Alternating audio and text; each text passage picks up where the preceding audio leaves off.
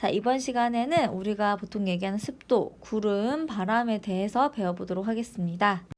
자, 컵에 물을 놓았을 때요. 이 물은 그대로 있는 게 아니라 몇 개는 이렇게 수증기로 변해서 공기 속으로 들어갑니다. 이렇게 물이 수증기로 되는 것을 우리는 뭐라고 하냐면 증발이라고 하죠. 그래서 물이 증발을 해서 이 공기 중으로 이 수증기가 돼서 들어가게 되는데요. 우리 눈에 보이진 않지만 이 공기 분자들이 막 있을 거예요. 이 공기에 이 수증기가 포함되어 있습니다. 저희가 그냥 일상생활에서 뭐 건조하다, 그냥 습하다 이런 단어들을 쓰는데 결국에 이 말이 이 공기 중에 얼마나 이 수증기가 포함되어 있느냐, 공기 중에 얼마나 수증기가 들어가 있느냐로 건조하다, 습하다를 우리가 표현하는 거고요. 이걸 뭐라고 하냐면 습도라는 개념으로 표현할 수 있습니다. 자, 어떤 공기가 최대로 이 수증기를 포함하고 있었을 때 저희는 포화 상태라고 표현할 수 있는데요. 우리가 이 포화 상태를 가지고 포화 수증기량이라는 개념을 쓸 수가 있습니다. 자, 포화 수증기량은 예를 들면은 공기 1kg당 몇 g의 수증기를 최대로 포함할 수 있느냐, 우리가 그 최대로 포함할 수 있는 양을 나타내는 건데요. 예를 들면은 영도시에서는 공기 1kg에 최대 3.8g의 수증기를 포함할 수 있습니다. 최대예요. 그러니까 이 안에 1g, 2g 있을 수 있지만 4g은 있을 수 없는 거죠. 예를 들면 공기 1kg에 이 공기가 지금 현재 10도씨일 때는 최대로 7.6g을 포함할 수가 있습니다. 그리고 기온이 올라가서 20도씨에서의 공기 1kg에서는요, 최대 14.7g의 수증기를 포함할 수 있습니다. 그래서 각 온도에서 공기 1kg 안에 최대 몇 g의 수증기를 포함할 수 있느냐를 가지고 포화 수증기량을 우리가 이야기하고요. 보시다시피 온도가 높아질수록 가질 수 있는 수증기 양, 결국에 포화 수증기량도 증가하는 것을 볼 수 있습니다. 저희가 보통 쓰는 개념은 이 상대습도라는 개념인데요. 포화 수증기량, 아까 수치적으로 정해져 있었죠. 실제로 포함할 수 있는 최대 수증기량분에 실제로 포함하고 있는 수증기량이 곱하기 100까지 하면은 상대습도를 구할 수가 있습니다. 자, 예를 들면 기온이 일정하다고 하면은 기온이 일정하면 이 포화 수증기량은 그대로입니다. 그 말은 담을 수 있는, 포함할 수 있는 수증기량이 정해져 있다는 거죠. 그렇다면 이 정해진 포화 수증기량분의 실제 수증기량이기 때문에 만약에 A는 이만큼 포함하고 있고 B는 이만큼 포함하고 있고 C는 이만큼 포함하고 있다면 A, B, C 중에서 상대 습도는 A보다는 B, B보다는 C가 큰 상황이 될 것입니다.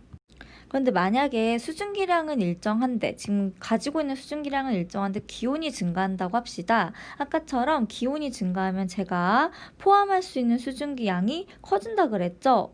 이 그릇이 이렇게 커지는 것입니다. 기온이 증가했습니다. 그런데 비해서 현재 그 공기 중에 수증기량이 일정하다고 하면 양이 그대로 이렇게 일정하게 담겨 있다는 거죠. 자, 그렇다고 하면은 여기에서 만약에 A, B, C라고 하면 이 중에서 상대 습도는 어디가 제일 클까요? 포화 수증기 량분의 실제 수증기 양으로 우리가 아까 계산할 수 있었죠? 상대 습도가. 그래서 포화 수증기량이 오히려 적은 A가 상대 습도가 크고 그다음에 C보다는 B가 이렇게 크게 우리가 이야기할 수 있을 것입니다. 그래서 여기서 봤을 때 가습기는 습도를 높이는 건데 어떻게 하는 거냐면 우리가 그 방 안의 기온에 일정하잖아요. 거기에서 일부러 수증기를 만들어서 이 수증기량을 늘려감으로써 상대 습도를 높이는 기능을 한다고 볼 수 있겠죠. 자, 다음은 구름에 대해서 알아보겠습니다. 자, 구름은 공기 덩어리라고 우리가 얘기하는데 이 공기 덩어리가 상승했을 때, 공기 덩어리가 상승했을 때 생기는 게 구름이라고 생각하시면 되겠습니다. 자, 지표면에 공기 덩어리가 있다고 합시다. 이 공기 덩어리는 수증기를 이렇게 포함하고 있습니다. 자, 이 공기 덩어리가 그런데 상승하게 되죠. 자, 상승하면은 자, 주변에 우리가 기압이라고 하는데요. 이 기압이 낮아집니다. 이 기압이 낮아진다는 얘기는 이 공기 덩어리를 이렇게 누르고 있는 이 힘이 좀 줄어든다고 생각하시면 돼요. 이게 줄어들기 때문에 올라갈수록 이 공기 덩어리가 이렇게 커지게 됩니다. 자, 커지는 거를 우리가 뭐라고 하냐면 팽창이라고 하는데요. 여기서는 좀 더 길게 단열 팽창이라는 단어를 씁니다. 단열이라고 하면은 주변이랑 열을 교환하지 않는다. 그러면서 팽창, 커진다 해서 단열 팽창이라고 하는데요. 이 단열 팽창을 하게 되면 이 내부의 온도가 낮아지게 됩니다. 이 온도가 낮아짐으로써 자, 이 공기가 가지고 있는 우리 좀 전에 얘기했었어요. 포화 수증기량 얘기했었죠. 자, 온도가 낮아집니다. 온도가 낮아지면 포화 수증기량, 즉 가지고 있을 수 있는 수증기의 양이 줄어드는 거죠. 자, 이미 처음부터 지표면에서 이 공기 덩어리 안에 이 파란색 제가 점으로 찍어놨습니다. 이 수증기를 가지고 위로 올라갔는데 이 가질 수 있는 포화 수증기 양이 줄어들게 됩니다. 왜? 단열 팽창에서 온도가 낮아졌기 때문에.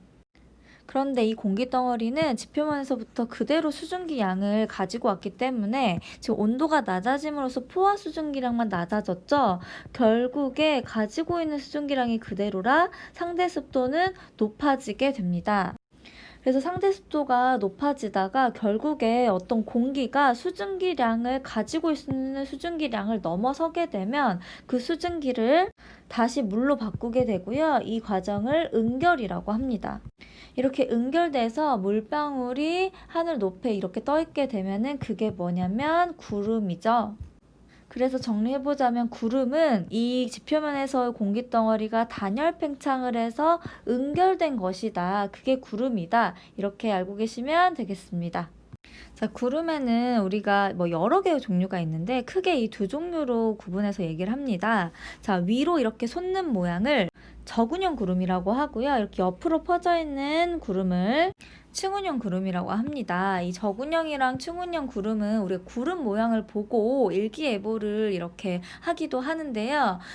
이렇게 저군형 구름 같은 경우에는 이게 폭이 좁고 위로 솟아있기 때문에 주로 좁은 지역에 이제 소나기를 내리게 하는 구름이고요. 이 층운형 구름 같은 경우에는 넓은 지역에 그다음 지속적으로 조금씩 내리는 비가 되겠습니다.